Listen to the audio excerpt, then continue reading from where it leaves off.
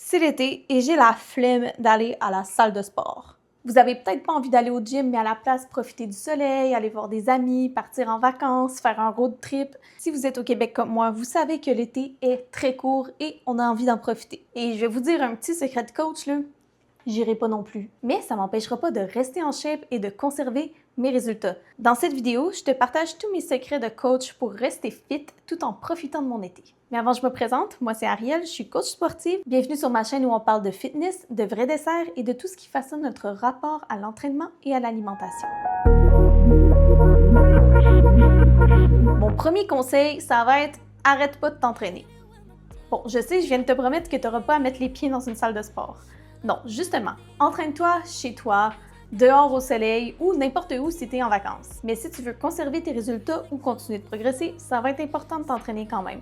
Tu peux t'entraîner moins ou moins longtemps ou adapter l'intensité en fonction de ton activité quotidienne. Donc ça se peut que tu aies des barbecues, des apéros de prévus ou que tu sortes en festival, que tu danses toute la soirée ou que tu fasses beaucoup de randonnées. Tu peux aussi adapter l'intensité évidemment s'il fait très chaud. Tu peux t'entraîner simplement à la maison ou dehors ou n'importe où si tu es en vacances. C'est possible d'avoir des entraînements très efficaces avec peu ou pas de matériel. La seule chose vraiment que je peux recommander d'avoir, c'est une bande de résistance. Ça prend pas de place dans une valise, ça pèse quasiment rien puis ça coûte vraiment pas cher. C'est une excellente façon d'ajouter de la charge à ses entraînements sans mettre un gros investissement ou avoir à trimballer des haltères. Je recommande de garder un rythme d'environ 3 fois par semaine minimum pour se maintenir ou progresser dépendamment de ton niveau et de garder ces entraînements-là bien intenses. Je prioriserai l'entraînement en circuit d'environ 20 à 30 minutes avec un échauffement au début. Et sur ces 3 jours où est-ce qu'on prévoit de s'entraîner, simplement aller essayer de solliciter le plus de muscles possible. Donc on a le choix de travailler toujours en full body chargé ou de se faire un petit split. Moi par exemple, je ferais un jour focus abs, un jour focus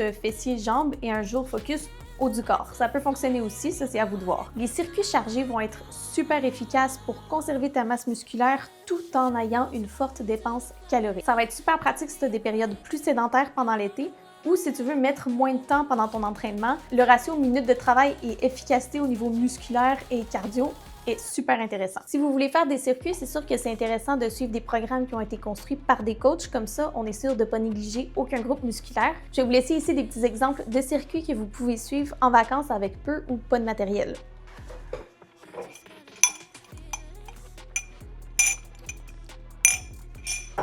Si c'est possible de garder ton 4 fois par semaine, c'est génial aussi. Tu peux à ce moment-là descendre ton temps d'entraînement à 20 minutes. Mais pour le maintien, 3 fois, c'est très bien à condition que tu conserves ton intensité. Tu peux t'entraîner moins de jours par semaine, mais assure-toi que tes entraînements sont tout aussi intenses qu'à l'habitude. De cette façon-là, tu vas garder l'adaptation de ton corps et de tes muscles à l'activité physique. Et pour le reste, je viendrai compléter avec d'autres activités. Ça amène à mon conseil 2 qui serait profites-en pour changer d'activité ou essayer des nouveaux sports. Il fait beau, donc c'est l'occasion de pratiquer des sports à l'extérieur. Parce que je vous garantis qu'ici, le golf, c'est pas praticable à l'année. Vous pouvez par exemple essayer le tennis, le volleyball, la course à pied. Je viens de sortir une vidéo complète sur la course à pied où je te décris les bienfaits et je t'offre un guide complet pour démarrer si ça t'intéresse. Donc allez-y, profitez-en pour essayer d'autres sports puis varier votre dépense. Il y a aussi d'autres activités que vous pouvez pratiquer qui sont peut-être un petit peu moins sportives, mais ça reste des activités de plein air, comme le kayak par exemple. C'est juste que si vous avez l'habitude par exemple de faire du crossfit au gym et vous remplacez ça par une séance de kayak, vous n'aurez pas la même dépense ou la même sollicitation musculaire. Donc oui, on peut varier les activités, c'est juste qu'il ne faut pas les considérer équivalentes. Une petite note aussi sur les objectifs plus esthétiques si vous allez à la salle pour modeler votre corps. C'est sûr que ce genre de sport-là, pratiqué à l'extérieur de façon récréative, ça ne va pas vous apporter les mêmes résultats. Oui, ça va être une dépense, mais ça ne sera pas aussi efficace pour conserver ou prendre du muscle. À ce moment-là, c'est juste important d'être aligné avec votre objectif. Peut-être que pendant l'été, vous n'avez pas envie de vous prendre la tête avec ça, puis votre seul objectif, c'est de rester actif. C'est très bien aussi. Et puis, faites-en un événement social. L'été, on a envie de sortir plus, voir des amis. Profitez-en pour essayer des nouveaux sports ensemble. Mon troisième conseil, ça va être de continuer de surveiller son NEAT. Ça, c'est la dépense énergétique qu'on a sur notre journée qui n'est pas du sport intentionnel. Donc, la marche, se brosser les dents, cuisiner. L'été, il fait chaud, puis on peut avoir tendance à bouger un petit peu moins. Vous pouvez adapter cette dépense-là en la rendant un peu plus summer vibe.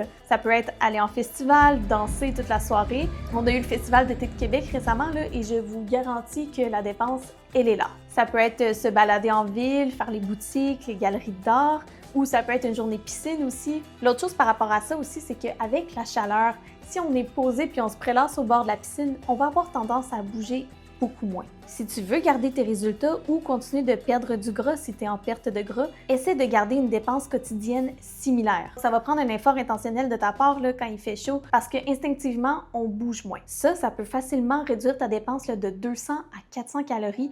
Bon, ça évidemment, ça va dépendre de ton poids, ton âge, ton sexe, etc.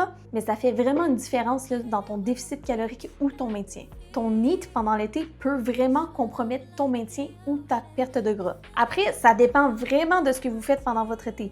Peut-être que l'été, vous allez vous dépenser beaucoup plus que pendant l'hiver ou peut-être que vous allez vous dépenser beaucoup moins. Ça dépend c'est quoi vos vacances, c'est quoi vos activités en plein air, c'est quoi que vous mangez aussi. Prends 2 minutes pour évaluer ta dépense quotidienne, puis à ce moment-là, tu vas pouvoir soit l'augmenter pour ajuster ou ajuster ton apport à la place. Et ça m'amène à mon prochain point. Le 4e conseil, ça va être de surveiller son apport énergétique. C'est l'autre élément de la balance énergétique. Il ne s'agit pas de tout le temps brûler ce qu'on mange, évidemment. On sait que c'est plus facile de faire un déficit calorique en contrôlant son apport plutôt qu'en faisant du sport à outrance là, pour essayer de brûler ces calories-là. Il faut déterminer les moments où est-ce qu'on doit être discipliné et manger à la maison ce qu'on a préparé ou s'apporter des plats à l'extérieur et les moments où est-ce qu'on veut lâcher prise et simplement profiter de la spontanéité de l'été.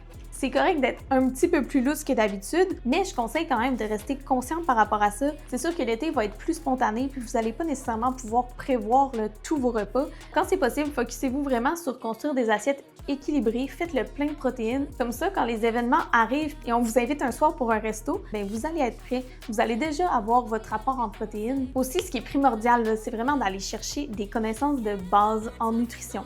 Savoir construire des assiettes équilibrées et avoir une connaissance globale de la densité calorique de certains aliments, parce qu'un meal plan à long terme, ça peut pas durer. Clovis! Savoir construire des assiettes équilibrées avec ce qui est disponible, c'est vraiment un skills à avoir. Parce qu'on ne peut pas apporter son lunch partout, tout le temps, pour toujours. Les meal plans, ça fait son temps. C'est pratique le temps d'une perte de gras ou le temps d'atteindre un objectif spécifique, mais vraiment à long terme, là, ça marche pas. L'été, on n'a peut-être pas envie de prévoir tous ses repas à l'avance. C'est bien d'avoir une notion de la densité calorique de certains aliments, de savoir repérer les protéines, les fibres, les glucides pour pouvoir se construire une assiette avec ce qui est disponible. Aussi, si vous êtes en déplacement, à la place d'aller au fast-food, vous cherchez à dîner, arrêtez-vous à l'épicerie tout simplement. Moi, mon snack de prédilection quand je suis en déplacement, je m'arrête à l'épicerie. J'aime ça avoir une canne de thon, un fruit, un légume, du fromage, des petits craquelins, c'est plié. J'ai mes glucides, mes protéines, mes fibres et mes vitamines et des lipides.